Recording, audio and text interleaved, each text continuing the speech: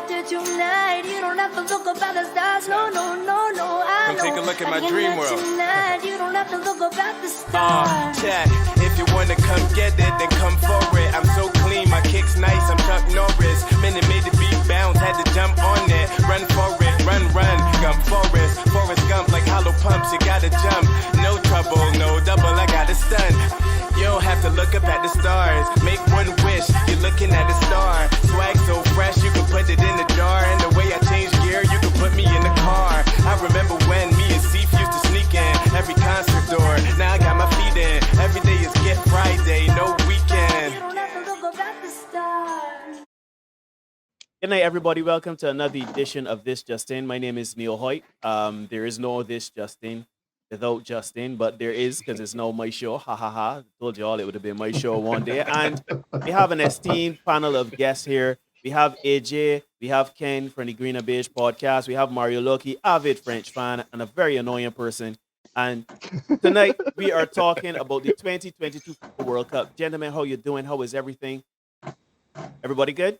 Doing well, good. sir. Doing well. We're good. I'm feeling 5 stars, Neil. Jeez, on red, that's what I thought. And not 3, which is mid-tier. Not Which is 3. mid-tier. I'm feeling like yeah. I'm feeling Or- like or a less, champion, even. you know, feeling like a champion, a defending champion. Talk to them, Right. Mario. Talk to them. Sadness. Anyhow, gentlemen, first out the bat, we can talk it. Straight out the bat, top of the world, we are asking who do you think will win the 2022 World Cup? AJ, who do you think will win the 2022 FIFA World Cup? So after giving it a lot of consideration within the last, like I would say, a couple months leading up to the World Cup, and it pains me to say this because I'm not a huge fan of this nation in the footballing sense, and Ken knows this because I always used to be at some of the guys in who support this nation in one of our group chats. But I think at this point, right, based on so many extenuating circumstances and just the way that things have been playing out for some of the other nations, that right now I'd have to say my favorites, and it is theirs to lose, would be Argentina. Argentina. I find that funny because earlier, before you came on, AJ, we were talking, Mario and Ken, myself, we were talking about who thought we were going to win. And we all were talking about Argentina as one of the favorites, but we were saying, nah, Argentina, they can't defend and really are a top-heavy team in terms of where their scoring will come from. But that is an interesting take, gentlemen. Before we get into each of everybody's pick, let's go with Ken. Ken, who do you think will win 2022 FIFA World Cup? Well, you know me and AJ, we sit down and we have conversations every Tuesday. And often we agree. But anytime he's going to sit in front of the people and tell them that Argentina is going to win any tournament that my Brazil is taking part in, you know that there will be no agreement there. Very well. I expect that we're going to have a 6th star right there. Ridiculous. That is what I'm looking for in 4 weeks. We have 5, and we're going to take it outside of the realm of all the other restaurants on the block. We are going to be 6 stars. You know, you have to spend a lot of money if you're coming in at my If you want establishment. either us, if you want either Brazilian delicacies, you have to. Oh, this is sad. This Paulo is sad. Churrasco. Yeah, Correct. exactly. So Mario, who do you think? I mean, I feel like I already know the answer to this, but who do you think will win the FIFA World Cup? Well, prior to all of our injuries, I was more than convinced France would repeat as champions. A part of me still thinks we'll make the final, but my gut is telling me Germany may do well in this tournament. Hansi Flick is an excellent coach, and many of Germany's players are Bayern Munich players that he would have coached before and would have done exceedingly well with. So my heart says France, of course, but my head is telling me Germany is gonna have a very good tournament.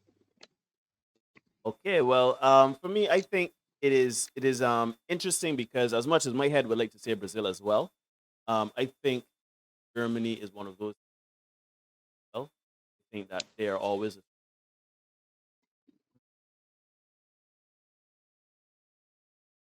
sessions Germany would be my pick. But of course, like Ken, I'm looking for us to further separate greatness from the rest of y'all footballer nations. I put it air quote footballing nations, It's and true. and try to set ourselves and set no doubt as who's the winners. But anyhow, gentlemen, we have to move on. We're going to be talking now about the favorite front runners. Right now, we would have thought just just now we were talking about some of the teams we thought are going to win it all. But in terms of teams that we think are, the front runners in this World Cup, teams that are going to be very dominant, teams to watch Hmm. out for, who do you think would be those teams, your favorite front runners going in? I can start with Mario and come back. Um, Many people don't want to hear this, but England is going to do quite well in this tournament, I believe. They have, with each international tournament, they've gotten better and better. Semifinals, finals. So if you're gonna keep going along that train of thought, one would believe they may actually win this one. Is it actually gonna come home? Is it coming home? I think England's Achilles heel is actually their coach. I think that's the only thing that's gonna stop them from winning this tournament. But I think England has a very good chance. Brazil is always, one of the favorites. They have a good team. France. I have Germany, of course, as I mentioned before, who I think may actually win the whole thing. But I have a very sneaky feeling about Spain. Like something about them, how their team was constructed. I think they're gonna go far. But yeah, those are the teams that I think are gonna reach the latter stages of the tournament. Let's go with Ken. Ken, who do you think? Your favorite front runners. Who are they? What do you think? What's your opinion? Well, I mean, it's interesting to hear somebody that is not in England thinking that England is going to do well at the tournament because the English always believe that it's coming home, but unless they go buy the trophy never ever sets foot in England. So I don't really have England to do much. The contenders outside of my Brazil, I had Argentina as one because you can always expect them to do something decent in the tournament. Belgium is one that always comes with a lot of promise every tournament. They always flatter to deceive, but they do get to the latter stages of each tournament. So I did have them as well. And then I had Spain as the other one who I anticipated would be able to get far based on who they have in their group and the side of the bracket that they're on. They do have some winnable games until they reach like the quarterfinals. That's for me, that's when the tournament is really going to get started, when we get to the last eight. So I had those three as the main contenders going forward. Okay. AJ, what about you? Who do you think? Front runners. They're about getting all the dust is set. I would like to say out of respect for y'all that I have Brazil there, but I actually don't. Um, Amen. and Just I, respect. Just yeah, I will because first I need to put this in because I feel like every single World Cup and understandably so, Brazil is always named as one of the favorites, and because y'all have the 5 stars and whatnot, we understand that. But at the same time, y'all are really being led by Neymar, so that doesn't inspire much confidence. Number one, number two, I I just don't have much faith in your team. So I just wanted to put that out there. I think we all are being a bit highly overhyped for this World Cup. Um, in terms of who I actually think are front runners, well, like Mario, my heart is saying France, but obviously I picked something different with my head. But I still have us as front runners. I think even despite some of those major injuries, I actually did a bracket and based on like if France could even navigate to win their group, the bracket that we potentially have coming out of that could give us an easier run to the final than I initially realized, right? So I'm still going to put us in there. Um, Germany as well. I think you all waxed poetically about Germany already, but so there's not much for me to say there. I'll just add on that. Yeah, I have Germany for all the reasons that were already stated. And Surprisingly, I don't want to call them a dark horse, but I feel like if things go right, the Netherlands could actually make a run. Really? Yeah, yeah, possibly, Love possibly. it. The thing Love it. is, Hot take. it's it's a tournament. All you need is a good run. All you need is a good run. I would be very surprised.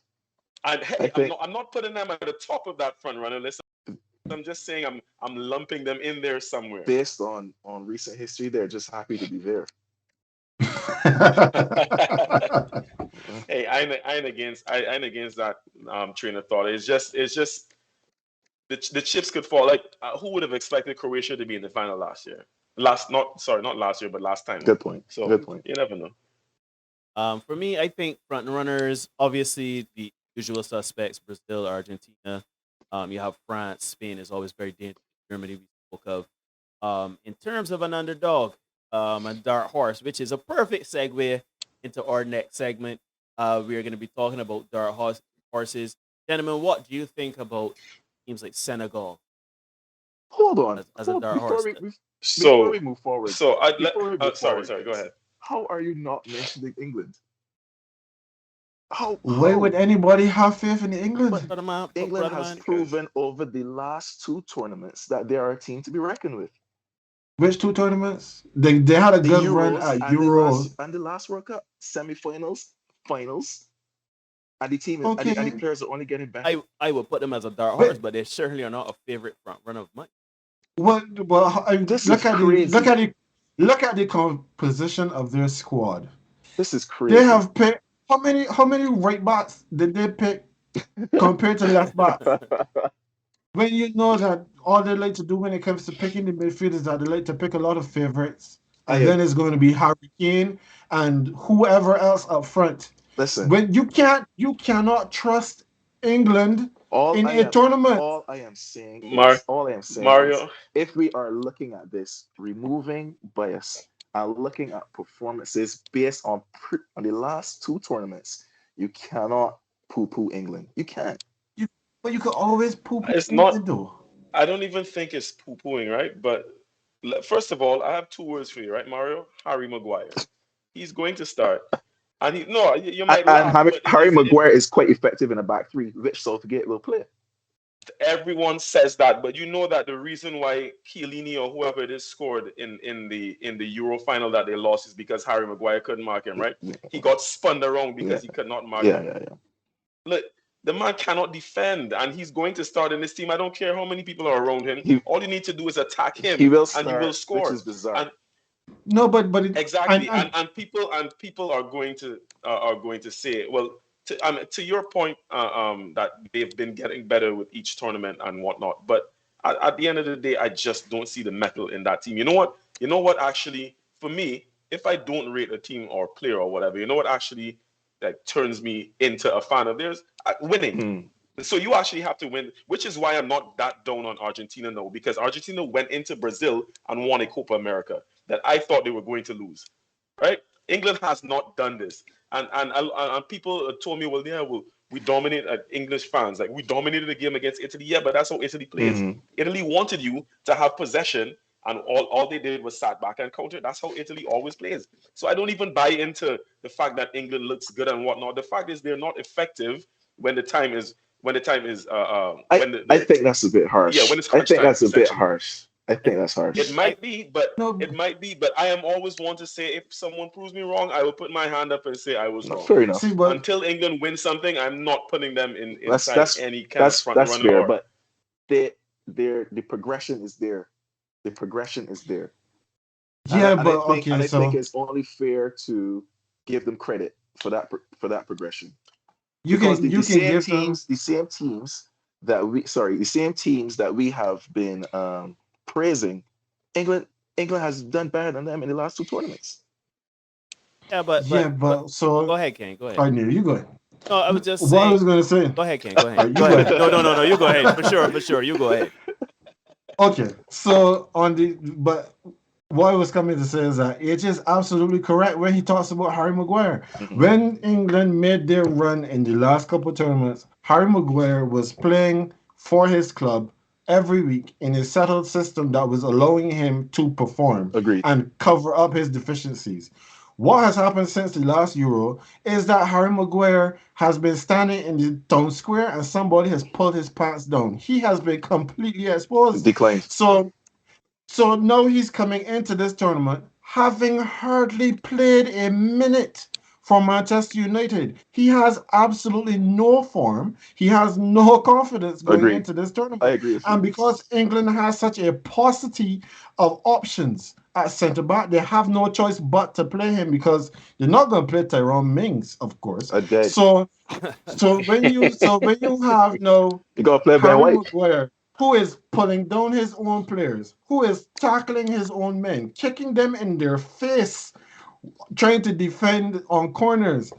Why are we going to say that they are going to be anything other than an also ran? They have not shown us, especially leading up to this tournament, that they have the metal throughout the squad to be able to perform. I haven't seen it, and I'm sure you haven't seen it either, which is why you would say that their Dark Horse are not a contender. Did I call them a dark horse? I did, I did, called I them a did. contender. I did I it. I called called them it. a Yeah, contender. Right, I call that him a was dark that horse. was But it's I like called it's him a like contender. you know who's also a contender? Changing sports real quick. The Phoenix Suns. Chris Paul is also Chris Paul is that the perfect analogy for England is the Chris Paul effect. We're still I good. did not know that this was attack Mario hour. You know? Hold on, Stop. hold Why on, are you hold attacking on. me? This Why is are a you sport, attacking me? Mario. This is a sports show, and I'm drawing sports analogies. I said Okay. nothing about what teams you follow in the NBA. You seem very attacked. Nobody here, the audience watching knows that you follow the Phoenix Suns or Chris I Paul. have I have I have PTSD. Okay, I'm just saying. You look real good, tough and luck in it, man. you look real good in the regular season, but when it really comes to big play, I don't expect England to really beat the body. But speaking of dark horses, guys, who do you think are your dark horses in this World Cup? And I will start with you. So I have one name here first that could be a dark horse, but if it goes according to how when we AJ and I discussed it and we picked who were going to progress from the groups, if it goes the way how I predicted it, they probably don't get past the first knockout round, and that's Portugal. Because if things go as I expect, then Portugal are going to play Brazil in the first knockout round and they're going to be knocked out. So if they happen to avoid that fate, then Portugal could be a dark horse. I also had the Netherlands as a dark horse, and I did have France as a dark horse. But the reason why I would have said France is a dark horse and not a contender was because of the injuries that they have suffered coming right before the tournament. You lose Nkunku, who might not have played many minutes, but he was a body in the squad. You've Very good lost player. Benzema, who you would have been starting going into the tournament. Kante, he has advanced in age. He was injured for a while. He is out. You have Pogba, who's also out. So chances are the The, guy that these two Frenchmen our don't like might have to end against and play, which Call, is call his name. our best goalkeeper is Rabiot. also miss. Oh no. Right, so Rabiot might be the one that might have to play big minutes in Shoulder the that load. midfield during the tournament, and then AJ knows. Well, I know the two Frenchmen are both my brethren when it comes to club football, because all three of us support the Gunners of Arsenal. We have no love in our heart for Hugo Lloris, and Oh he my is god. still their starting goalkeeper. He's That's So awful. facts. That's He's facts. so awful. when you see That's the facts. the challenges that France has with their squad, I would give them still a placing within the hierarchy of it. I would not say that they're absolute trash because that would be completely disingenuous. But I will say that they would have to be a dark horse just based on the number of injuries they have suffered right before this tournament starts. Um, All right. Mario, I guess you could follow that up because he did attack your. Well, I don't say attack, but he was very critical of the his French squad. his points made sense. His points made sense. I can't argue with that. Hugo Lloris is a liability between the sticks, Boy, look. and the fact that he's the captain means that he won't be dropped. Yeah, yeah, But the better goalkeeper was our number two, and he got injured, Mm-hmm. yeah. like Manian from AC Milan. So that is a challenge. If we can start pressure on Hugo Lloris, I think it will be fine. And if we can get Adrian Rabiot to behave, we can be we'll be fine. And if we can resurrect the ghost of Antoine Griezmann, we will be fine. The bones. You know, As Ken There's said, so for much, sure, the goals. we will Bones. be fine. But there's so much that needs to happen. to call us a dark horse, I think is a bit harsh. But I understand. I understand the logic. So, For me, go ahead, go my ahead. dark horse is Spain for sure. I just their team makes sense. You know, get rid of those old guys, start fresh. You know, obviously you still have some of the older players there like Busquets and so on, but to have younger players that are hungry and willing to do well, I think they have a good opportunity to go far in the tournament. Well, just before I go on to AJ, Mario, it's not too late to change your team to win it all because you sounded like you agree with Ken a lot. But man, that said France can win it all. But we won the last tournament without Benzema. So losing Benzema to me is not that big No, of a no, no, deal no. to be Okay, to be that's fair. one. That's one. Let's talk. Let's go continue. Because Ken made a No, lot but of the good thing is, points. And I would push and back on that Benzema point because yeah, you won the last tournament without Benzema, but you were playing all the time leading up to the tournament without Benzema. Since that tournament, you've been ingratiating Benzema back into the squad and into how you play, and now you do not have Benzema. So this very is a true, completely different proposition very to true, what happened 2 or 4 years ago. very true. But you know, I worship at the Church of Giroud, so I think we could I think we'll be fine. I think we'll be fine. Mario, you got real faith. You remember that Giroud did not score a single goal in the last World Cup, right? I know, You remember in that? but he played well. Hell, he did play well, He but played well. so okay, so let me jump in here then, because I need to have a short discussion with my fellow French. Oh, Mon oh. frere. We are Mon in frere. By We all need a means. we are conference. in the era of A we are in council. the era of Mar- football where you don't need your number 9 to score for a team to do well. No, I do completely agree with that, and I understand your point about Benzema. However, I would respectfully disagree on the basis that, like Ken already started mentioning it, Mhm. right? Like the fact that Benzema actually became the talismanic Yeah, figure of the focal France point. following once he got back. And if you remember, like from the time we won the World Cup and then watching the team progress, it was at first it was him and Griezmann that had the partnership, and then eventually that switched to him and Mbappe having the partnership. So they were like the focal points of the attack, fell off. And you know that Deschamps is still trying to include Griezmann, but he's not the same player. And He's not. to the point that you were making, the reason why I have less faith in this with Benzema out is because okay, Giroud played well, but at that time he was linking very well with Griezmann, who was at the point. I don't care what anyone says. Griezmann was one of the better players in the world at that Yes, point. He's not that now. he's So not. it feels like we are solely relying on Mbappe up Well, front, and that Usman for Dembele goals at least. is in good form, For so goals, I think yeah. he will contribute. Don't trust that boy. I don't trust that boy. I do not trust that boy. I don't trust him. Dembele is in good form. And then the whole issue with the midfield is my biggest Yeah, issue. it feels a concern. The fact that those two guys are not there. I have faith in Tchouameni, but it's his first international tournament. And then if he's playing next to Rabiot, well, we essentially anytime if Rabiot is starting, we essentially playing Donovan Of course. for 90 minutes, for however long he played until Deschamps starts him. And then we already spoke about Lloris. Like look, I really want to have faith because the talent pool is deep and deep. I have a modicum of faith, but it's just not as much as you. But I think the challenge we have is because there's so much unknown. Like we are not sure now Yeah. because of the players that are missing. But Exactly. faith, my brother. Faith.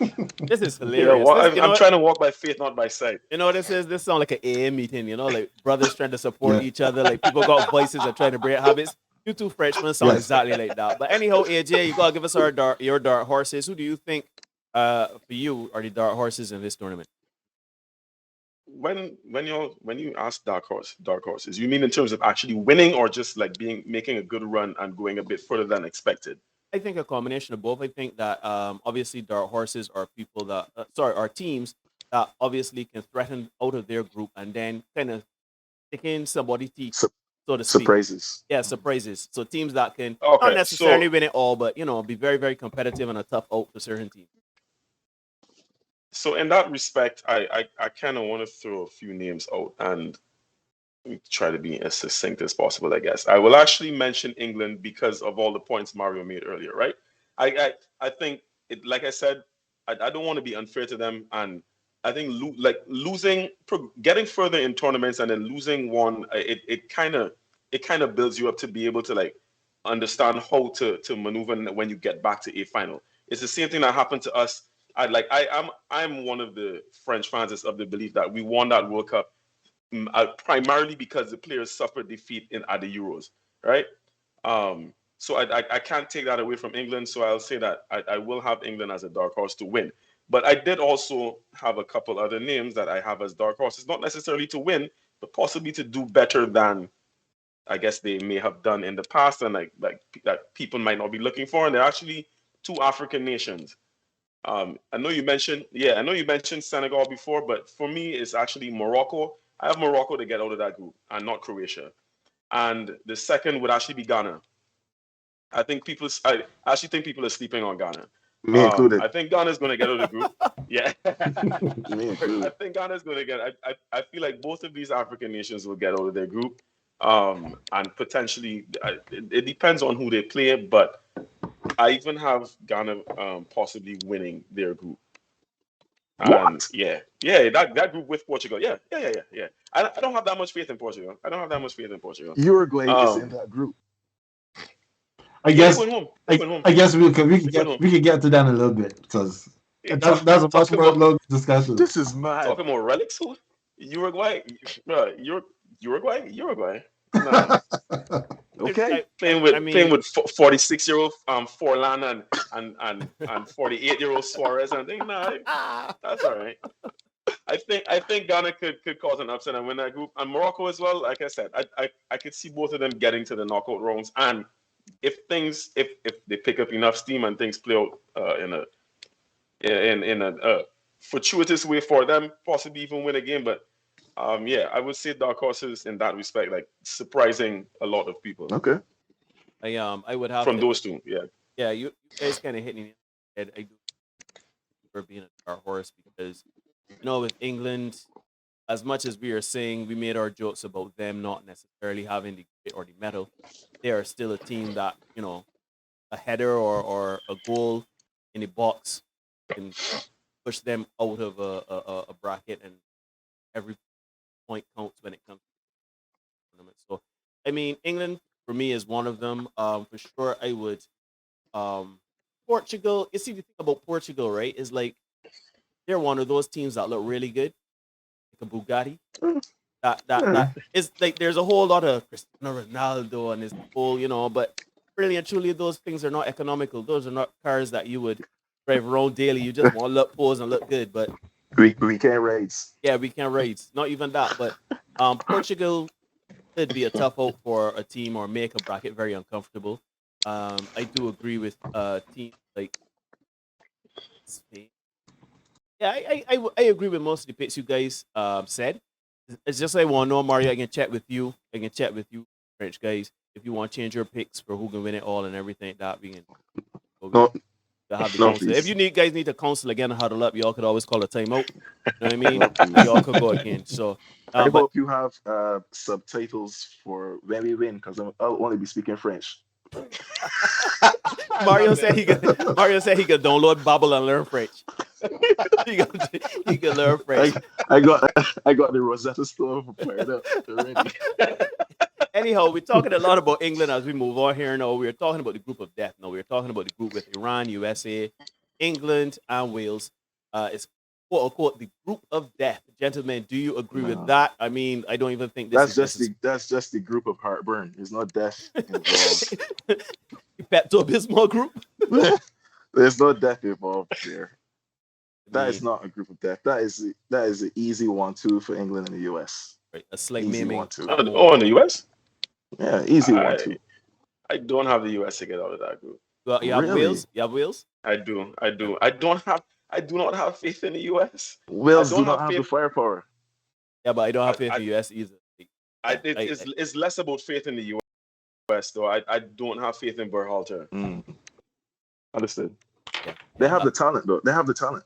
But they always had Yeah, talent. I'm not doubting that. Yeah, They they always have the always seem talent. to Yeah. have a bit of talent, but I just think there are a lot of players there who they are talented, but I don't know about this level. And I, I would say Wales by default. It's not that I have that much more faith in Wales, but I have more faith in some of those Wales players to be able to come through in the more Wales, clutch moments. Wales is in the same boat as the Netherlands. They're just happy to be there. They're happy to be there. I mean, they did qualifying to get there. The USA is supposed to be here every single time, like based on the conference in which they play. You know what I mean? So they had no reason to not be in the last World Cup, and they're back here now. To me, they just always make up numbers. And as a point of note, this is a very random point. But I mentioned this to Ken when we recorded. The last time the USA and Iran were in a group together, the USA exited the World Cup in position number 32. Just bear that in mind. That was in 1998. But you know, Iran will always have an axe to grind against the US. Oh yeah, of course. Well, yeah. That's more geopolitical than anything else. That's more geopolitical. They will show up for that match. Yeah.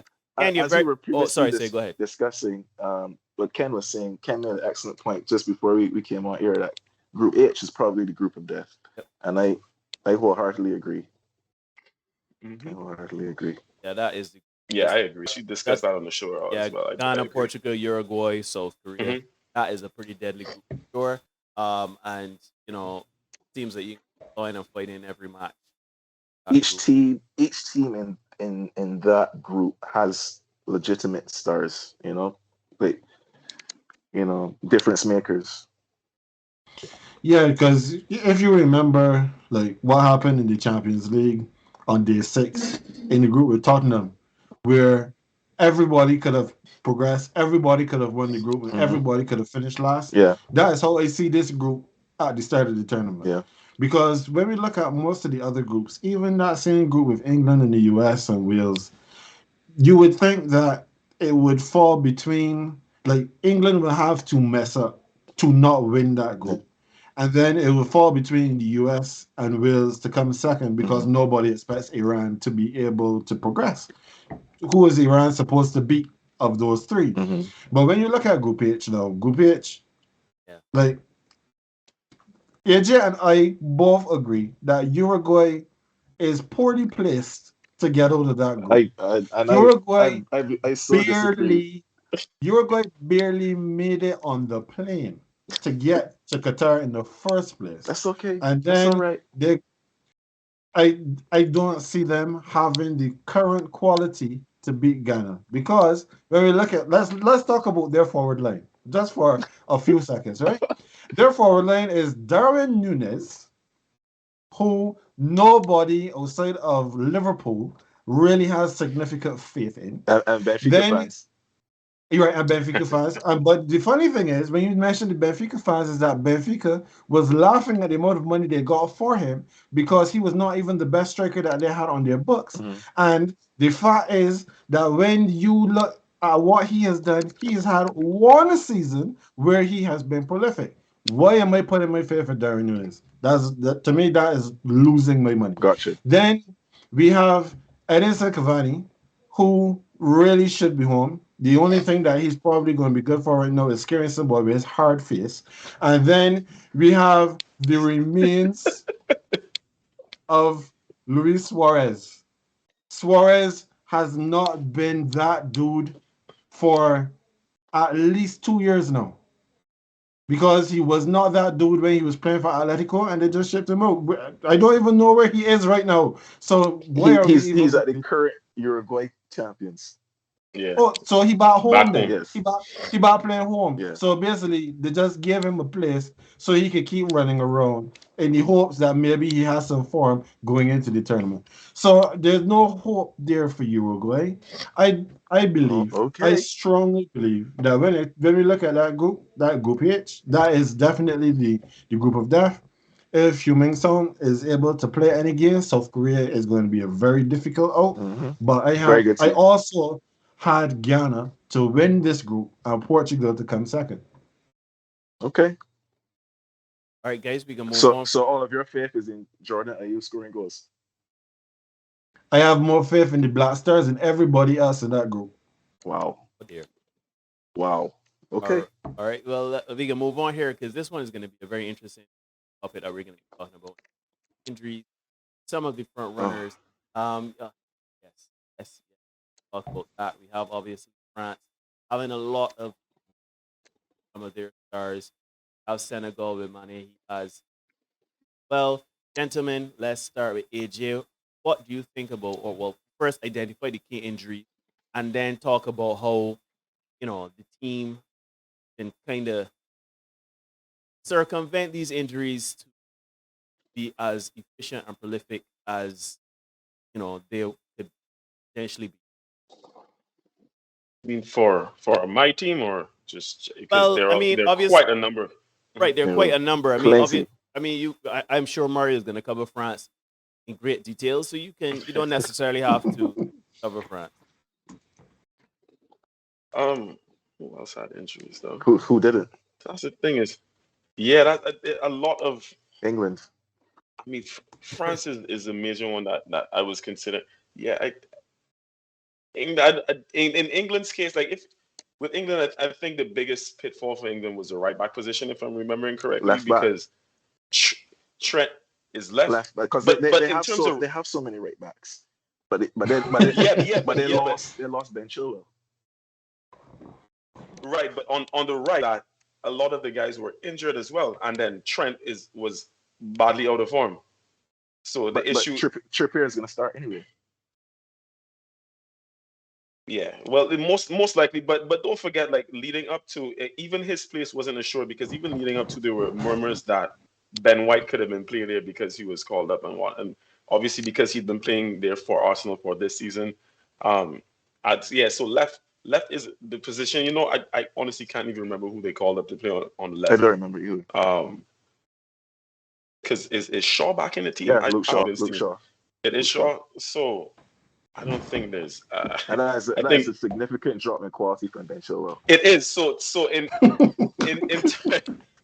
but in terms of Neil's question and circumventing that issue, the best way for them to get past that is to utilize that back three Hmm. to allow their wing backs to play higher up so that they don't have to do as much defending. Obviously, they will have to do defending, but England will, in that respect, will have to start like every single game on the front foot and be dominant. So if they can allow That's their not wing backs, Southgate style though. no, it isn't. It isn't. But I'm just saying, with regards to the injuries to those positions and what they need to do, like I think that's the best way for them to be able to and then, like get service into Harry Kane. Because you know what usually happens to Kane is that for England he can't get service from his attacking mids, so he ends up being the attacking mid and the striker, which ends up being an issue for the team. Because So he burns out. if exactly. So if Southgate can find a way to utilize the back three, and you, Mario, mentioned the fact that, well, we all said that Maguire is going to play, and Maguire is best. He's best in a back three. So if you could put him in that back three, it also allows you to be able to play wing backs a little further up, and as a result, they could probably be another outlet to get service into Harry Kane, who possibly won't have to drop so deep to be the creative outlet himself. I don't want any of this to happen because I don't want England to win anything, but I think that that if there's any way that they can get over the issues they have been having and the fact that they are going to play a central defender who is badly out of form and match fitness, that it would have to be this way. Right. So let's go with Ken. Ken, in terms of injuries, obviously big name is France having their other teams got injured, getting old. What how do you or what would you say the biggest set of injuries for a team or the team with the most damaging injuries at their position that are kind of hindering them in this? Well, obviously France would be top of the list because the majority of their starting midfield is gone. They're well, my esteemed gentleman here. Their preferred starting keeper is also gone, and then two of their strikers are gone. So, but I will leave France for Mr. Loki. He can talk about his guys because I don't really think I need to give them so much of my time. Um, two teams that I would the two players that are going to be very, very critical. First, Sadio Mane. He is out for Senegal with a tibia injury. They were hoping that he would have been able to recover in time to take part in the tournament, but that's not going to happen. He is their talisman. He is the guy. He literally is the spoon that stirs the coffee for Senegal. Correct. So now that he is not there, that is going to be a huge loss for them. Um, it's going to be difficult to see like where the rest of the quality is going to come from for their team to be able to progress when he is out. And then Diogo Jota for Portugal, who is out with a calf injury. Good call. Portugal has always been very strong with midfield, and they used to have a relatively decent defense. But after Pedro Pauleta, and I'm not talking about when he retired. I mean, even when he was there, outside of him, they did not have a striker of note. Right now, Andre Silva's playing for they're them. He got called up. yeah. I'm not sure if he's on the squad, but well, I know that he is Portuguese. Probably he's there because who else is going to play a striker for They them? don't score. Right, and they're going to know to be depending on Cristiano Ronaldo to provide all of the goals that they will need at 37 years old and out of form. So it is going to be a challenge because nobody like what Jota does for Liverpool. He is not considered to be their main striker. He is there to be the foil for the striker. He plays in, he plays around, he gets into good positions. Him not being there for them is going to be a huge loss. And one of the main reasons why I do not have Portugal winning that group. Fair assessment. All right. Mario, no, in all seriousness, we obviously have thought at length about the injuries that France, what they have to their stars, and it's decimated their. Can you talk Hmm. about how they can kind of alleviate that pressure in the midfield and kind of still find success in this tournament, given all of their injuries? Well, with reference to the midfield, I honestly have no idea how we're going to look in midfield because this is a brand new midfield we are going to be deploying. Um, Two of our better players in midfield are under the age of 22 years old, being Eduardo Camavinga and uh, Aureli. They both play for Real Madrid, and I cannot see Didier Deschamps starting both of them in this World Cup because the stakes are too high. So that means Adrian Rabiot is going to play. Adrian Rabiot is going to play. Now, it's not that Adrian Rabiot is not a talented player, but his application is a problem, right?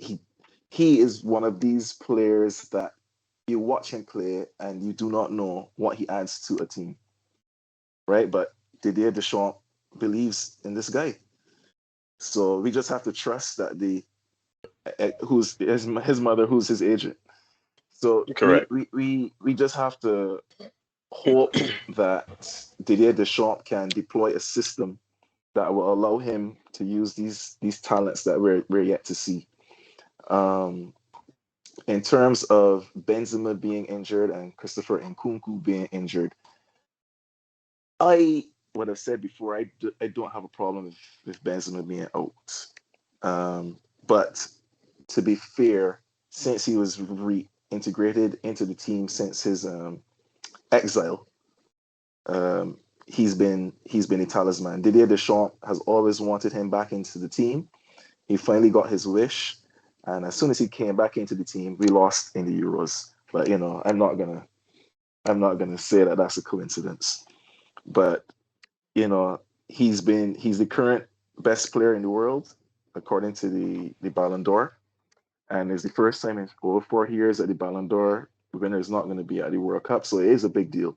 Christopher Nkunku is an excellent young player, and I think he would have gotten minutes in this tournament, probably more minutes than Giroud actually. And Giroud is also 37, and to depend on him at this stage is going to be difficult. So all the pressure is going to be on Mbappe to perform.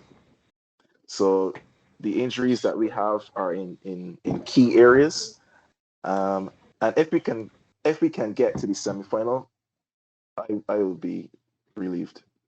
I will be relieved. But France is not the only team that's had injuries because of the lack of time between the break in the season and the commencement of the tournament. These players don't have an opportunity to recover, right? So almost every team has significant injuries, and we're going to see which team can overcome them. So the teams that do not have, they are surely in the driver's seat. And I'm glad you brought that because that was kind of my follow up question in terms of the timing. Obviously, this is a summer tournament. I know we are here kind of at the end of November where the tournament started, obviously pushed back several factors. But since Mario touched on that, AJ and Ken, you all could go in any order you wish.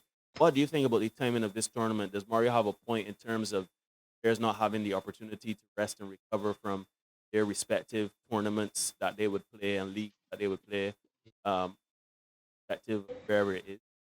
Do you agree with I'll, Mario's assessment? I'll let AJ go first. All right. Yeah, I do agree with his assessment. It stinks. It stinks. I do not like the timing whatsoever. While I'm not going to pin every single injury or major injury on the timing of this, because this happens in every single World Cup. Like there is a major player that goes down, whether it's in the summer or whatnot. Like it will happen. But I think the timing of this basically it was like a catalyst in like increasing the number of injuries, because having it right in the middle of the season, like usually there's at least a month in between the end of the football season, and granted, like based on how a club season is going, a lot of these players who are going to the World Cup don't even have to play every single minute up until the end. Like when the season is winding down, based on who you're playing for, you might see them playing less minutes if like playing for a team who's already wrapped up a league, or they're already in a position where the team can do, but like in whatever situation, right? So then they get that they get to wind down in that regard, and then there's still like the month in between that and going to the training camp with the team, and like there's an easier progression as opposed to just last week. Men was with clubs this last week. This is utterly ridiculous. Yeah. It's utterly ridiculous, and outside of just the injuries, I think that it kind of is hard to on, or it could be hard to on players who and I'm just drawing a reference, just making a reference here. Just imagine like someone who is to transfer to a new league this season and is having time like settling in. Like usually a player in a new league would need some time to adapt. And in the first half of the season, he could find it rough. And because of that, like know that the fact that this World Cup is halfway through the season is like, okay, well, for players in that kind of situation, it is hard for them to receive a call up because they might not be playing well. When maybe coming towards the end of last season, they were in a place where, all right, well, yeah, we could be in line to receive a call up to this team. I think there's so many mitigating factors that are stemming from the timing of this, and it stinks. I just hate it. I absolutely hate it. Ken, what I will ask you now is that these injuries now, as we're talking about, and the lack of timing, or sorry, the timing of this tournament starting and everything. Do you think that this can be an advantage to our horses that we mentioned, or other teams that wouldn't have had a necessary chance to get to let's say the quarterfinals or anything that less? Because I'm thinking in my head, like USA, for example, would be one of those teams that can potentially benefit from bigger teams, not necessarily having key players or anything like that. Do you think that will lead to some underdog or dark horse kind of getting further than they probably like kind of break through that glass ceiling? So, the teams that are in CONCACAF, they may have a better opportunity, based on the question you're asking, than some others, especially those players who are based here in the US, who would have played or who are playing in the MLS, because the MLS season has finished um, before this tournament would have started. So those players who play here in the US, they would have already gone through their season, and they would hope that they would have maintained good form. So now when they go to play for their national squads, they'd be in a much better position to do that. But when you look at a lot of the other clubs well, not clubs, a lot of the other national teams in this tournament that play in Europe or even play necessarily in Asia, they follow the same kind of schedule. They're all playing all the way through up until a week ago, 2 weeks ago, and then their players go off now for the World Cup. So, as AJ said, normally when the tournament is in the summer, the that season of football, when it usually would start in like the last week of August, the first week of September, then it would usually start like the middle of August, so that we can end the season early May. And that season is usually more condensed than what we would normally see. Because of where this World Cup is and how it falls in the middle of the season, we have had to adjust to this last season finishing at the beginning of May, and then the next season was starting in like July. The season started so early this year, it cut down on the amount of rest that these players would have had last season coming into this season.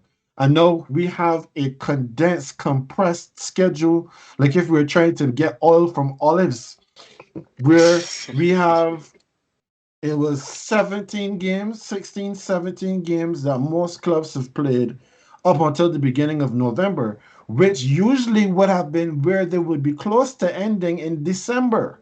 You also had the Champions League games, which were playing every other week, where usually you might have had one game this week, an off week, and then next week we might play again, or they may stagger it in such a way that we have some groups play this week, some groups play next week. But even though we, the fans, will be getting football every week, the players themselves are not playing every week. When we would have heard in the past, like certain managers, like Arsene Wenger and Alex Ferguson, they would have made mention of how some players would be entering into the red line, which is that they're playing so much that an opportunity for injury is heightened. That is what we have been seeing from these players who have been literally run into the ground just to be able to be available to play in this tournament. I know they're going to have, if they get all the way to the final, they're going to have to play 7 games in 4 weeks. But they're playing every 3 or 4 days, which is not sufficient time to recover. And then as soon as this tournament finishes, especially in England, Boxing Day, December 26th, the games are back on again. So Ridiculous. we're literally running these players into the ground and hoping for the best. And all we have to expect that it is going to affect the product that we're going to see on the field. It brings me. This reminds me. This is a sports show. It reminds me of what people say about bubble situation in the NBA when the Lakers would have won and they want to sign an asterisk to it. I think that winner of this World Cup would kind of be adjudicated that sort of way if it's really like Brazil, France, the favorites. If it's not one of those teams, do you Yeah, think that it would be like an asterisk situation where it is kind of like because of the situation and timing and the most injuries in definitely. this World Cup, if it would not necessarily be valid as seen by football fans as valid? Most definitely. Yeah, Yeah. yeah, If I can see that. yeah, I could definitely see that. I mean, even if one of the favorites were to win, you could probably hear about it from all of the rest. Oh boy. No, if we no, like I said, if we win our sixth star, yeah, you could talk to the I six. can I hear don't I can care. hear Mario Loki no. I can hear Mario Loki But no. That's not a real World Cup.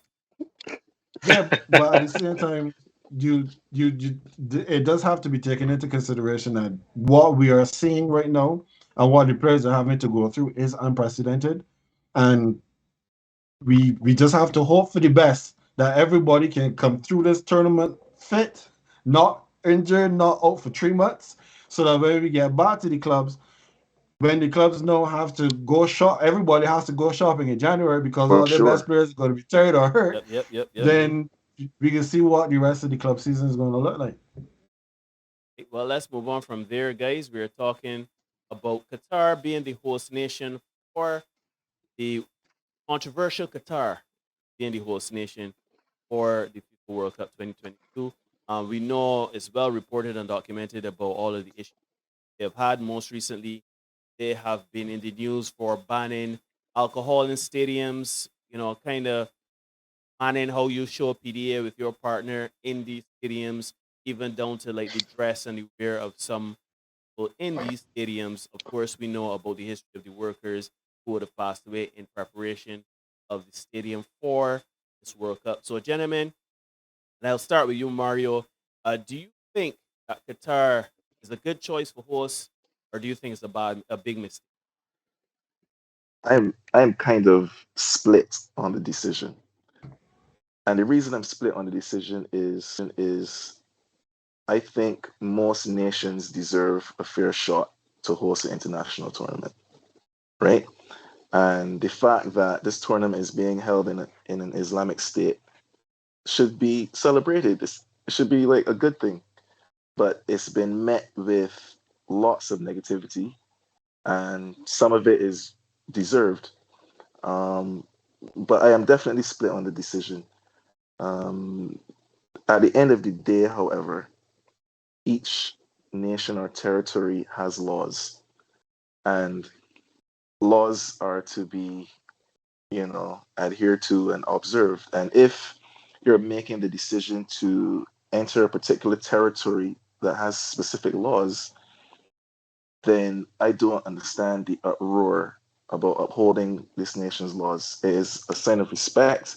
It is a sign of cooperation to uphold a nation's laws if you're going to be spending a significant amount of time there. Nobody is going to travel to a nation for vacation without researching the laws. Well, You know, one would hope. ignorance. It is One would hope. surprising. It is surprising how many people travel and don't, The, the, yeah, the police and customs would always say ignorance of the law is not an excuse. well, It's up to you. It's up to you to research where you're going. So there are many people who are upset about the World Cup being held in Qatar for numerous reasons. The laws against the LGBT community, the laws against the PDA, the laws against alcohol. But at the end of the day, those are their rules, and they were chosen. Now they may have been chosen under shady circumstances, allegedly. but they were chosen. Allegedly. But they were chosen. Children. So you're trying to tell me that for 4 weeks you can't follow another nation's rules? I think that's a bit. I think that's a bit entitled. And you're just there to watch football. Football is the priority of this Product, yeah. tournament, not your views or not what you think should happen or whatever. It is about the football. And if it's about the football, then you know you can put those other things to the side. Obviously, you don't want to belittle what happened to the workers and the labor laws and the rights of people. Of course, that is a massive issue, but it's about the football. That's how I see it. Okay, AJ, how do you what do you think? How you see it? That's it. Mario, I must commend you. That's a very diplomatic response, and He has his I moments. He has very his moments. yeah, He has his moments. yeah. Clearly, Only on res- weekends. I respect their stance on that, but I will respectfully disagree in this regard. Mhm. Right? I think while you are correct, the main attraction is the football. The World Cup is also about the fans and the fan experience, right? And that's why the host nation gets an automatic place because it's to draw the crowd, to bring out the crowd, to make sure that people from there buy tickets to come see the team, that kind of thing. The fan experience has always been a major asset, a major factor like the entire World Cup experience, basically. So I think all that being said, I think it was a terrible decision, Mhm. and I do agree with your point that the reality is that you can't blame Qatar necessarily. You shouldn't the vitriol shouldn't be spewed at Qatar, at that nation, because those are their laws based on the kind of state that they are, right? Yeah. The issue here is that FIFA FIFA. decided to give them. Yes. That is the issue. Like I can't that's how Qatar is, like you said. So I'm not gonna to blame a cat for not being able to bark. Qatar is what it is. Yeah. Yeah. But exactly. But in the first case, I don't think it should have been put there because it takes away from the fan experience. And yes, and in addition to all of that, look, we're having to talk about having a World Cup halfway through the season because the conditions in that Yeah. country were not suitable Claim to it. have it during the summertime. So it's affected the actual football that you were mentioning, the actual product that we are going to see. Because I'm pretty sure all of us here would agree that we are going to see some stuff that we normally would not see in a World Cup. Like the football is going to be affected. Yeah. So I think it was a bad decision because it affects more than one areas of the entire World Cup experience. Like this thing sounded to me like I actually had a fan. Not sorry. Well, a customer in the store in which I work who was actually going to Qatar for the World Cup, and he was in contact with one of his other friends who's already there. And this thing sounded like the Fire Festival, like Qatar Fire Festival. Oh gosh. In terms of like fans got there days before kickoff, and like certain areas like that was supposed to like house for like housing and whatnot, they were still under construction like days before, and that kind of thing. And people get Ja Rule on the planning committee. Exactly. Exactly. So I just think it was the decision was bad. Everything was poorly executed. It not enough consideration was given, and the fact that Sepp Blatter Sepp Blatter is such a loathsome individual. The fact that he would come out afterwards and make that statement and say that it was a mistake. I'll just end it on that note. I think it was now a bad that he's decision, no but longer in the firing line. Exactly. Yeah. Exactly. I think it was a terrible decision, but I am not pointing the fingers at Qatar. Gotcha. Well, that brings me to a kind of follow-up question again. Point this to you, Ken.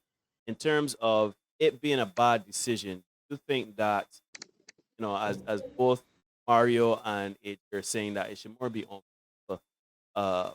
would have made a pretty bad decision. Do you think that is necessarily hindsight being 20, or do you think they should have been a bit more vigilant and diligent in their research on Qatar and kind of seeing these issues popping up? Now, obviously, you may not have been able to foretell the deaths of the workers, etc., but obviously things like their laws, fan experience that AJ was talking about. Do you think that this falls squarely on FIFA because they didn't do their due diligence? Absolutely. I will be careful in certain regards to my response on this question because there are many things we don't have a legal department. We don't have a legal right. We don't have a legal department. A lot of what we have come to hear about leading up to this tournament is purely conjecture. There are no Panama files on this one. Panama files. However, as AJ said, you cannot expect a cat to bark. So when you're dealing with countries that are of Islamic persuasion, because Islamic countries do not operate like Christian countries. Christian countries like the United States of America, like England, they are Christian in name and name only, and they may have a couple laws on the books that gives them something to tie themselves to Christianity. However, they do not enforce them very strictly. When you deal with Islamic countries, on the other hand, they don't play when it comes to their laws. No games. So that should have been something that they should have been aware of, but it is speculated that the money that was on offer. I said it is speculated. I'm very careful. I ain't gonna allow you on speed there, brother. This does not have a legal department. It is speculated that the money on offer was so significant that many could not turn away from it. hence the voting went the way that it did. Mm. It is alleged that that was part of the impropriety The word on the street. surrounding this tournament. Yeah, that's the word on the street. No, when we look at what has happened since the award of the tournament, because it's not as if to say that FIFA did not have an opportunity to go and say, well, you know, this is probably not working out for the best. We're going to shift it from here and take it somewhere else. Because there have been times in the past where they have had discussions about moving tournaments from certain locations because of what may be happening in a particular territory. When Qatar got the award for the tournament, you will remember that they said they were going to build air-conditioned stadiums so that the tournament could be held in the summer. Correct. Because of how much money it's going to take for them to build these air-conditioned stadiums is why now we find ourselves with a Winter World Cup. That was an opportunity for FIFA to step in and say, hey, you are trying to do too much. We are going to take this from you and move it somewhere else. No, I don't understand why a country as oil rich and we would assume cash rich as Qatar would have had so much trouble with building these air-conditioned stadiums, because for likes of me and AJ who live here in the United States, there are arenas that are built. There are stadiums that are built that are fully enclosed, fully covered, and fully air-conditioned. You knew that you had to build these stadiums 8 years ago, but you chose not to do it and then say it was too cost prohibitive to do it, so now we have a Winter World Cup.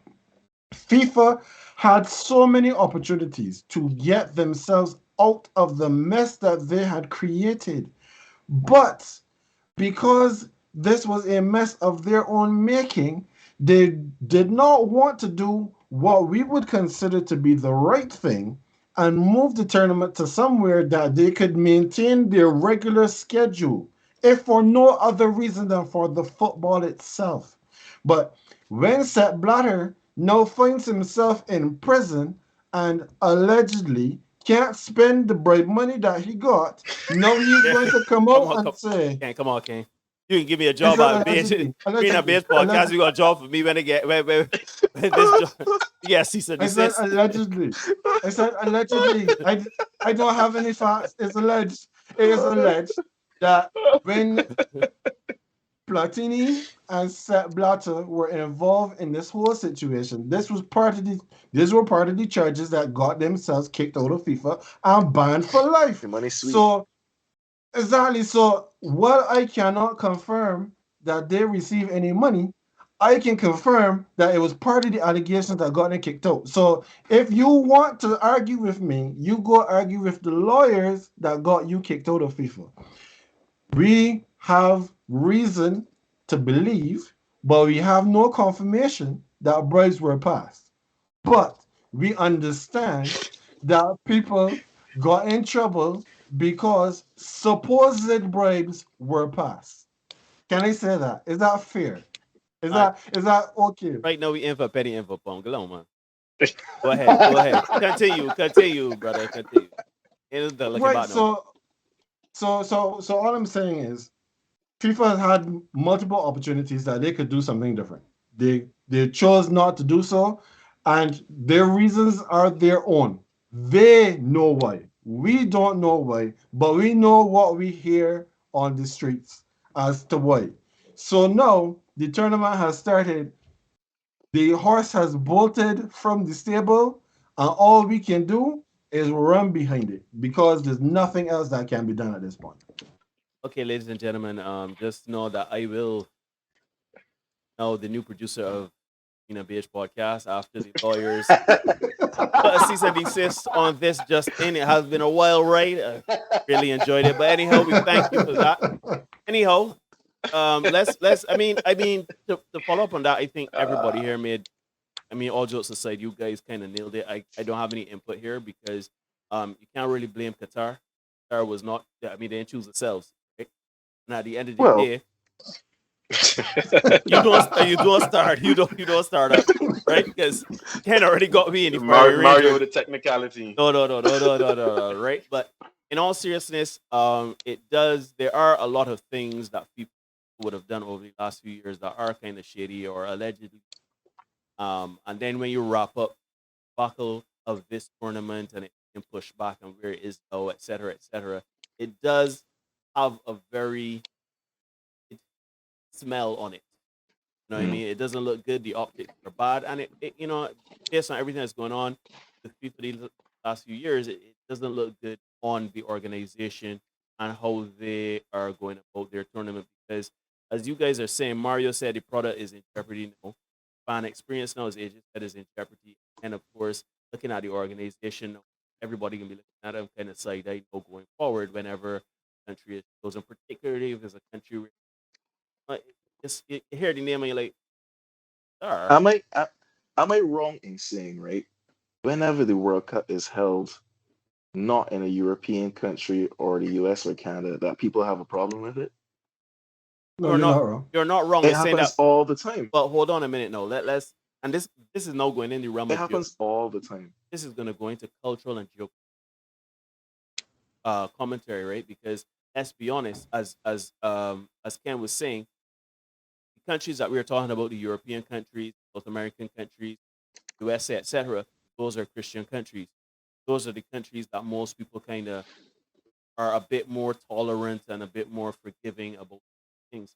Now, when you start to go a bit more east, particularly when you're in the Middle East, those countries are not they follow a different religion. They have a different culture. They have a different set of rules. So, and it's very prohibitive.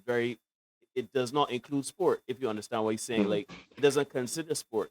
Whereas Christianity in the Western world, there is some tolerance and consideration for the fans and the fan experience. So I'm not saying you're wrong, but it goes back to what Ken was saying in that you should have known that if you chose a Middle Eastern country to host your World Cup, considering what I mean, we've seen World Cup now for as long as we've been alive, and we've seen how the fans get on, drinks, we see women, expressions of nation, celebration, Mhm. right? Those alone would show you that maybe, just maybe, factoring in the off the field stuff, the fan experience, it's not going to be a fun time. And then when you factor in the time of year that this is all happening, the timing with all of this had to be done and pushed back and everything like that, causing all of these kind of, as I think it was AJ that said, all of these kind of new things that we're going to see, some certain unprecedented things in this World Cup.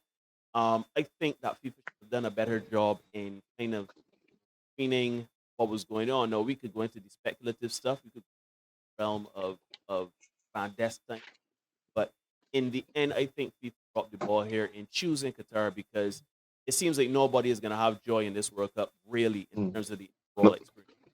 no winners. Yeah, No winners. yeah, but the thing is Suspense. too, well, one of the things too that you also have to factor in, the World Cup has been growing as an enterprise with every edition. Mm. And one of the things that they always will take a look at is viewership numbers and sponsorship. And just very quickly on that point, in terms of the viewership numbers, you would find that, especially if you look at the scheduling for this World Cup, you have a lot of the lesser nations playing the earliest windows of the games. Because, like, for example, I live in Denver, Colorado, which is 7 hours behind London. And the first game of the day plays at 3 a.m. I'm not getting up Yeah, to watch a game nobody. at 3 a.m. But as a Brazil fan, I checked the schedule and Brazil does not have any 3 a.m. games. Brazil is playing one game at 9 and two games at 12, which would be, for those in the Caribbean, the 12 o'clock and the 3 o'clock windows. Mhm. So that is one of the things they have to look at. When you put the World Cup, it's going to affect who can watch it. Yeah. Because if you remember when Korea and Japan, when they had the World Cup, I was still in Barbados at the time. They had games kicking off at 1 a.m. Mhm. So I did not expect that we would find another situation that we have games kicking off at these kinds of hours, because you want to have it at a schedule that is conducive for the majority of the fans who are going to watch it on TV. Right. That's point number one. And then in terms of the sponsorship now, FIFA has their sponsorship agreements with lots of different companies because everyone will want to be associated with FIFA because FIFA is the biggest organization in the world. Mm-hmm. They have the most signatories to everything that they're doing. How is it that we get to 2 days before the World Cup and the beer sponsor is then told that your beer cannot be sold in the stadiums? Crazy. There's no way that should Qatar should not have been allowed to do that because they would have had to have said it was okay up until 2 days ago. Mhm. But don't you do this 2 days before this tournament starts? No, you are going to throw the contracts and the sponsorship agreements that they have with the beer companies and everybody, completely out the air, up in the air. So all of these are things that FIFA needed to make sure that they had dotted their I's and crossed their T's before they said Qatar could hold this World Cup. Mm-hmm. Because anywhere else, though, that wanted to do that, they would probably be saying, but we're not bringing the tournament there. We're going to move it somewhere else. We're going to take it to England or to the US that have all of the stadiums, all of the infrastructure already. So we don't have to deal with you and this anymore. Mm-hmm. But they know why they're not taking that stance. Just saying, like, doesn't want litigation. So anyhow, I would, but real quickly, and I would push back on the first point you made in terms of membership. I think because the World Cup is so huge, I don't think it really matters where you host it and times that it would go. I think watch, but I do agree with your second point because full sponsorship stuff is a debacle. Like in the end, I agree, guys, it's a big mistake because there are a lot more negatives and a lot of fallout coming out there. And I even think the numbers of those watching may be affected because of all of the negativity and backlash of what was happening in Qatar. But anyhow, we have to move on, guys. We have to move on, and we're moving on to the last segment of the World Cup. Personal accolades. Who wins Golden Ball, Golden Boot, and gloves? Anybody could jump in here. Don't feel shy, guys. Let's start with the Frenchie. Well, when I say the Frenchie, I mean Mario Loki. Bonjour. I mean, Bonsoir. I don't know. Like something is telling me Serge Gnabry is gonna win the Golden Boot. Like I have no facts or anything behind it. It's just a gut feeling and everything I would have mentioned about the chemistry between the German national team, the coach, and the majority of the players being from Bayern Munich. I just think that one of their players and I just think it'll be Serge Gnabry that will win the Golden Boot. In terms of the Golden Ball, I didn't mention Belgium in any of my picks in terms of winning the tournament or being a dark horse. But I think Kevin De Bruyne has a good show at winning the Golden Ball, being the best player of the tournament. And with reference to the Golden Glove, that's always a toss-up. Keepers can get hot, but you can't rule out Manuel Neuer from Germany as well. all right, Ken. All right, so all of my picks were based on like how I see the tournament going. Mm-hmm. So Golden Glove, if Mexico could get far, you never know. Guillermo Ochoa could get because he want to bring that one home. Because as I said, they taught him out from the iceberg like Captain America. Oh my gosh! And then he just comes out and does He does the is a job. Highlander. every workout he just does his thing. But in all seriousness, I actually have Thibaut Courtois to be the Golden Glove winner. I have Belgium to get pretty far in the tournament, which means that they're going to play a lot of games, and he is in a lot of form, and he is not getting hit through his legs as often as he used to. So I believe that he should be good for the Golden Glove. For the Golden Boot, I have the French boy Kylian Mbappe because I just expect that everything is going to have to go through him for them to progress. I don't want them to get very far, but they could score quite a few goals by the time they go out, and he could be the one that does it. So I believe that Mbappe would be a good shout for the Golden Boot. And then for the Golden Ball, I am picking somebody from the team I expect to win the tournament, and that is the Mbappe. talisman of Brazil, Wait, Mbappe playing for Brazil? His great grandmother was Brazilian. I didn't know. This is breaking news. He said, I don't he said understand. who he thinks is going to win the tournament. So Yeah, I have been consistent. I have been consistent every single time we talk about winners, and that is I've been saying 6 star. And if we're going to get the 6 star, then everything is going to be going through the boots of Neymar, be it goals and assists. And I believe, yeah, I see AJ completely disagrees with me. That is fine. Neymar I'm the so. heart. This is the perfect.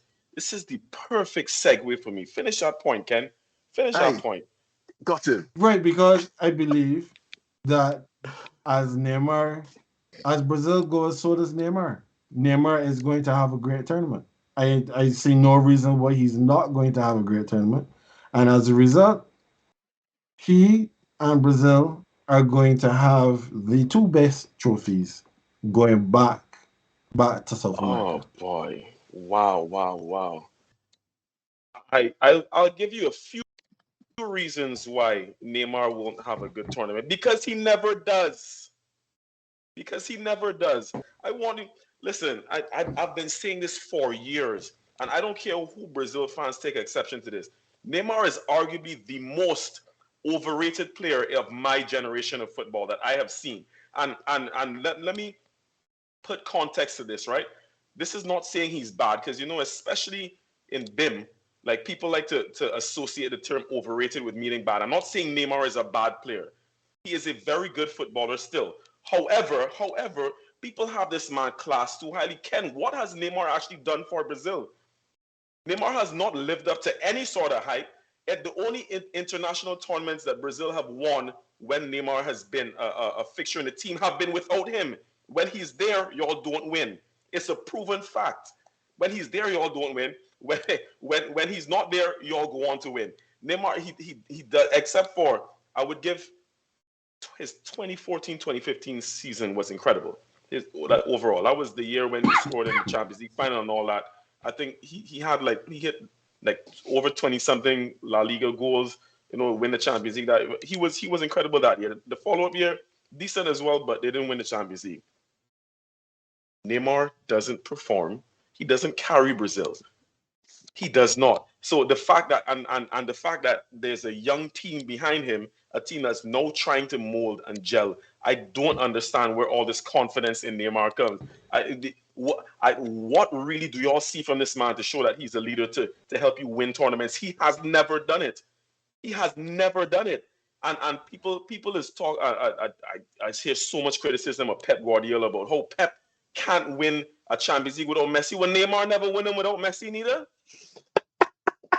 You realize the man went PSG and can't win it? I love it. He win one. He's won one, and that was with Messi. And now playing in you realize, I want you all to know this is Neymar's 6th season in PSG. He's played more minutes in Barcelona. In the 4 seasons at Barcelona, he's played more minutes in the 6 seasons at PSG. Because every single year around a certain time, when a certain sibling is celebrating, correct. When a sibling is celebrating their birthday, he's injured. And then to be fair to him as well, like injuries have been a major factor for him. Problem. But I cannot understand for the life of me how y'all continuously put faith in Neymar when he has shown that he has done absolutely nothing. Absolutely nothing. What other hopes do they have? I legit see. What other hopes do they have? I would put faith in Vinny first. Neymar showed me time and time again that he can be trusted on the big stage. I see a man talk about Neymar as the greatest Brazilian player ever. Like, what? That is definitely Hold on. Yeah, that's definitely going. You see, this is why I say what I say. Wow. Anyhow, I just wanted to bring to get it off your chest, brother. Yeah. No, be in a safe space, brother. Be in a safe space. Speak your truth. I don't know how y'all have that much faith in Neymar, and Neymar winning no golden ball. Anyhow, to my pick. Let me start with the golden ball, Ashley. And because I picked team to win, I'm going to say that I think Messi is going to win the golden ball of this tournament. Because the golden ball, as you remember, doesn't necessarily have to come from the winner. But as long as you make it to the final and you play well along the way, and I feel like in Messi's case, he doesn't even have to play well. If Argentina makes his final, he's going to make it. like even the year when France lost to Italy. When we lost to Italy, Mario, remember Zidane won the Golden Ball at that World The Cup. the But headbutt. even though we lost, correct. Even though we Let's lost, not but talk about and to be very fair, I don't even think Zidane was the best player or the most that. He had influential two player in good that. games. It was Pirlo was overall better than he was, Mm, right? But Zidane won it because he was Zidane yeah. at that point. I think that the same can be of Messi. The fact that I picked them to go all the way, if they at least get to the final, I don't see anyone else. Like there's no one else in Argentina that's going to give it ahead of Messi. Nope. And whoever is on the other team, it would have to be Ronaldo on the other end to possibly usurp it. They're So I'm going to definitely say not getting Messi that to it. far. Yeah, exactly. With regards to both of y'all actually kind of mentioned my pick for the Golden Glove, because in I was kind of thinking Neuer as well, just because I'm just a big fan, and I think that as much defensive frailties as Germany might have, I think Neuer is going to come up big in this tournament. But also to Ken's point, like he mentioned, Courtois and the form that Courtois is in, and Courtois is actually the Golden Glove winner from the last World Cup. So I think it's very possible, especially with that team being the team from the last World Cup, mainly that he could actually go on to win that again. And I must mention that based on the group and the potential run that you all have coming up until the time that Brazil is eliminated, I think that your goalkeeper is in line to actually keep some good clean sheets. Mm. But let me ask a question though, guys. I heard Mario mention Mbappe being the how do you Not me. see, That was Ken. That was Ken. sorry, my bad. That's Ken. Sorry. But how do you guys see issues they have at midfield now affecting that? Do you think that that's a possibility, or do you think that raw skill alone will cause him to be attention for that? If I don't if they because can get the ball to Giroud, then Giroud can get the ball to Mbappe. Because that is going to be but that is how Didier Deschamps plays. That is the plan. Yeah, you had That is the plan. you're making a point there, AJ.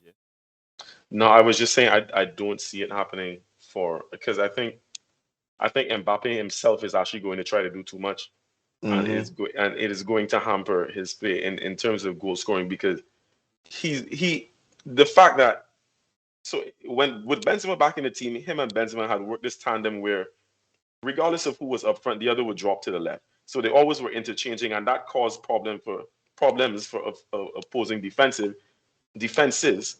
But the issue with us was that the rest of the team couldn't keep up with the two of them. So while they were on a steady tandem and just seeing eye to eye up front, like the rest of the team was lagging behind, right? With Benzema out, I think Mbappe now is going to feel like he has to shoulder this team a lot more, and especially now in his technical director state at PSG, I think in his head, it is his duty to lead this team, right? And in that regard, I think he's going to try to do too much. I don't know if I see him scoring the most goals. Um, it is going to be a problem. One thing you might say is if we are awarded more penalties than possibly, but then even in that stead, that's kind of why I think Harry Kane could potentially win it again because I think England are going to get penalties and he's going to take them and he'll most likely slot them away.